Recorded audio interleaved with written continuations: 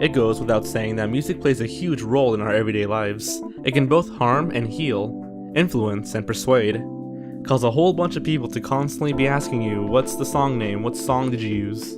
Guys, I appreciate your dedication and persistence, because we're going to need it to find these lost songs. Songs that were stolen, songs that made Billboard charts that don't even exist. These are 11 pieces of unreleased and lost music.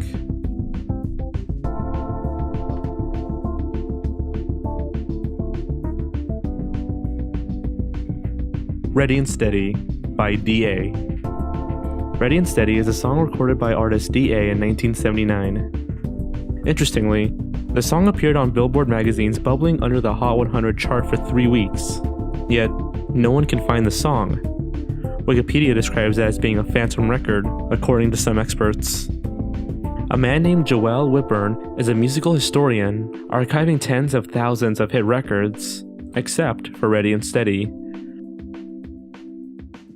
The song is notoriously hard to find, and Whitburn himself came to the conclusion that the song just doesn't exist. Fast One by The Smiths. Also known as the click track or cowbell track, Fast One is an unreleased song by the English rock band The Smiths. It was said to have been recorded back in 1984 at the Jam Studios in London. In 2005, bassist Andy Rourke appeared on the BBC radio show Mint, claiming to be auctioning off unreleased demo tracks. This is where he played a short sample of Fast One, only lasting for a little over a minute. After the show, guitarist Johnny Marr supposedly told Rourke to not give away any unreleased songs. It's unknown if Fast One is being withheld by the Smiths, if this were to be true.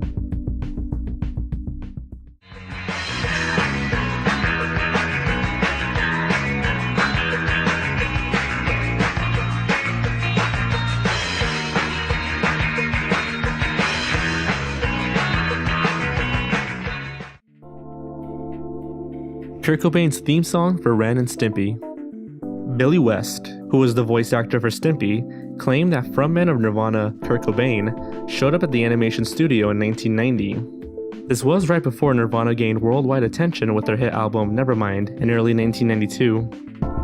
One day, this scraggly kid came in and said he wanted to write a song for Ren and Stimpy, he said on podcast Nerdist. And it was Kurt Cobain. Nickelodeon just apparently didn't like what Cobain made for the show, and they scrapped it for the song Dog Pound Hop.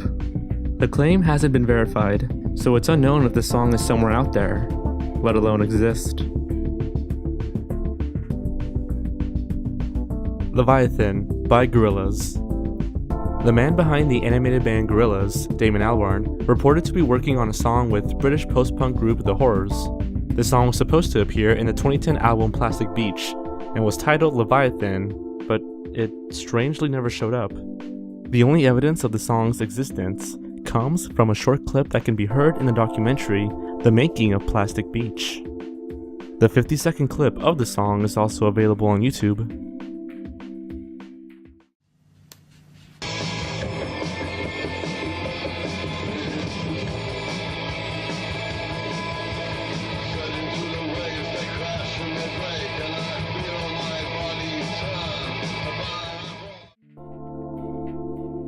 I Wish You Well by Imagine Dragons. Imagine Dragons is an American rock band that first gained mainstream exposure through their hit single Radioactive in 2013. However, back in 2010, the band played at the Bunkhouse Saloon in Las Vegas. At this point, they only had 2 EPs. During this concert, the band performed a song called I Wish You Well, and has since never been heard again. The song made it onto the Blue Microphone's official podcast, but only 50 seconds of it. A video was discovered on YouTube featuring the band playing the full song. The visual and audio quality is terrible, and as of now is the only way for fans to listen to I Wish You Well in its entirety.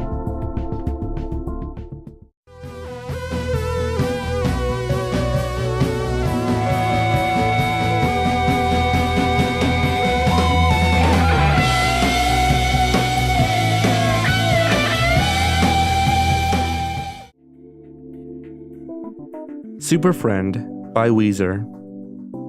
Songs from the Black Hole is an unreleased, unfinished album by the American rock band Weezer. The album was called one of rock music's quote-unquote mythical lost masterpieces by the Rolling Stones in 2007. Many of the songs that would have appeared on that album were released over time, except for one called Super Friend. The song was supposed to be released on multiple occasions, like on the Buddy Head Presents Gimme Skelter compilation, or supposedly on Video Capture Device. Sadly, it never happened. A part of the song can be heard during the Making a Pinkerton video, where the band can be seen recording this song. However, the audio is kind of gimmicky, and the song gets interrupted by a phone call.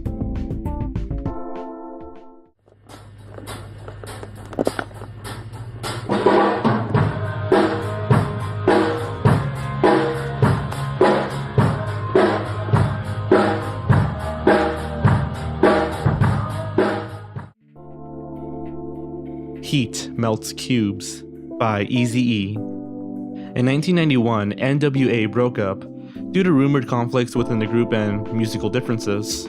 After being dissed by ex-member Ice Cube and on Dr. Dre's album The Chronic, Eazy-E released his own diss track towards Dr. Dre, titled Real Motherfucking G's. Strangely, nothing else was ever released by Eazy-E that was towards Ice Cube, despite his many attacks. Supposedly, Eazy-E dedicated an entire EP to dissing Ice Cube, but it was never released. The story goes that Ice Cube listened to the entire thing and left the studio in tears. It's also believed that DJ Yella is in possession of this track. In 2014, DJ Yella mentioned the diss track, neither confirming nor denying its existence. All he said was that he was in possession of an Eazy-E diss track, and the supposed online leak is fake. Carnival of Light by the Beatles. During their trippy years, the Beatles recorded an experimental track to be played at the Million Volt Light and Sound Rave, a musical event that took place in London. Mark Lewison, regarded as one of the world's leading authorities on the English rock band The Beatles, was one of the few who got to listen to Carnival of Light.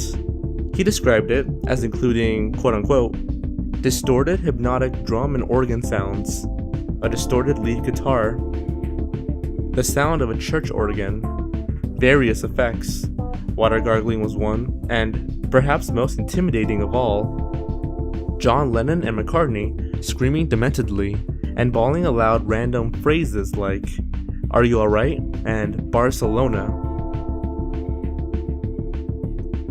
McCartney tried to release the song in 1996 through the Beatles Anthology 2. However, fellow member George Harrison voted against it since he didn't like avant-garde music. McCartney then tried to create a film in which Carnival of Light would have been used as the soundtrack, but the film never came through. In November of 2008, McCartney claims to still have the master recordings in his possession.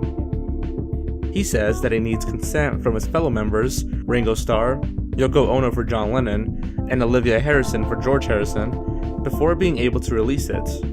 It hasn't seen the light of day since, though there are many fakes on YouTube. Cigarettes and Valentines by Green Day. This album was supposed to be released sometime back around 2003 as the proper follow-up to their album Warning. It was near completion, but then all 20 master recordings were stolen from the studio. The band decided to press forward with a new album starting from scratch, instead of just re-recording. This album would ultimately become American Idiot. Out of the 20 songs that would have been on Cigarettes and Valentines, only 4 are known to exist. During their concert in Greenwood Village, Colorado, the band performed the title song Cigarettes and Valentines, as well as another one titled Olivia, though no official recordings were ever released. Too Much, Too Soon was another song that was supposed to be on the stolen album, but instead was released as a B-side for American Tragedy. Finally, a song from the album called Walk Away was re-recorded for Green Day's 2010 album Thre.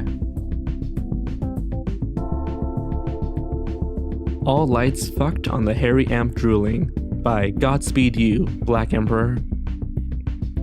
What makes this album really interesting, other than the name, is the fact that only 33 copies were ever released, and in audio cassette back in 1994.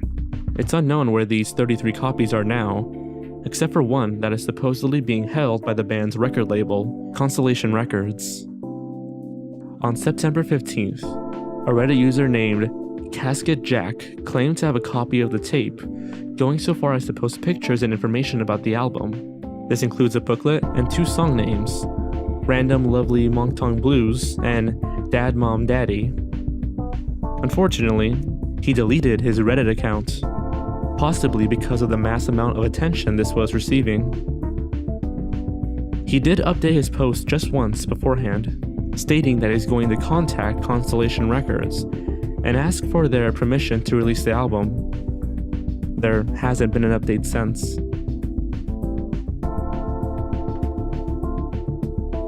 Once Upon a Time in Shaolin by the Wu-Tang Clan.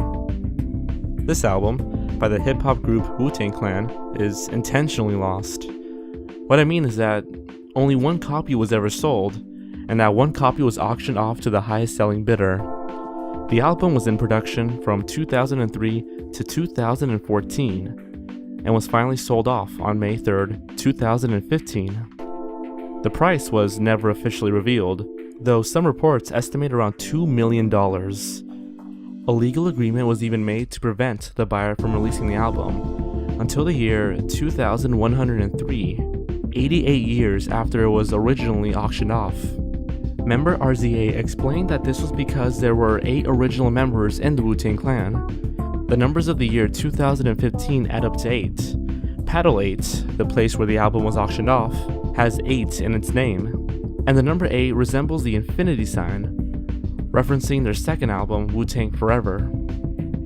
The Guinness Book of World Records has awarded this album as the most valuable album in existence, outpricing other rare albums from artists such as Elvis Presley and the Beatles.